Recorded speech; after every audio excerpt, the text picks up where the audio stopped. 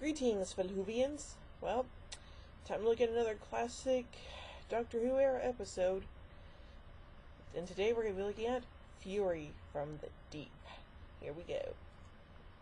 When the TARDIS lands in the sea off the eastern coast of England, the second Doctor, Jamie, and Victoria investigate a nearby beach, which seems to have an appropriately large amount of sea foam, as well as a major gas pipe marked Euro Sea Gas.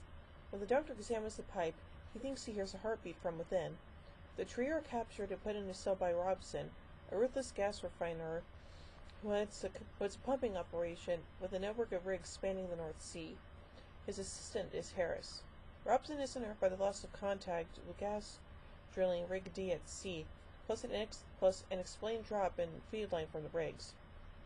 The Doctor suggests that the supposed heartbeat could be a creature inside the pipe and suggests that the gas will be suspended while he investigates, but Robson refuses to do so.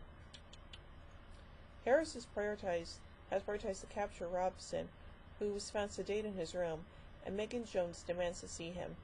He has sunk into a depressed state, but briefly rallies and begs his old friend to help him. They leave him and he rests. On awakening, the heartbeat sound returns to his head, and he heads off. Within minutes, he finds Victoria and takes her hostage. He forces her into a helicopter and flies it out to sea. Dun dun dun. The seaweed has pumped itself into the impeller pipe in the impeller room and is soon expanding and throbbing. It bursts the pipe and starts to fill the rooms.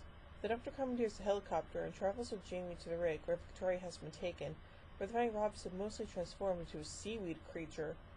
He says humanity is doomed and tries to gas the Doctor with his breath. Jamie has meanwhile found Victoria, and they all escape. Yay! Victoria decides to leave the TARDIS crew, as she is tired of the constant peril. Aww. The Harrises welcome her to their home, and though the Doctor accepts this, Jamie is heartbroken. The Doctor and Jamie stay another day to check that she is sure, and then departs in the TARDIS after Victoria and Jamie bid farewell to each other, leaving Victoria watching them from the beach. And yeah, that's pretty much it. So yep, another companion departure. But it's also the introduction of something interesting. Anyway, let's look at some production elements of the story. At the beginning of Episode 1, Victoria mentions that the TARDIS always seems to land on Earth. Episode 1 marks the first appearance of the Doctor's sonic screwdriver. Yay! Its initial design is a simple penlight. Interesting. Working titles for the story included The Colony of Devils. The footage of the TARDIS landing in the sea in Episode 1 is later reused in Episode 10 of the War Games in the next season. This story marked the switch from 35mm film to 60mm film for its location filming.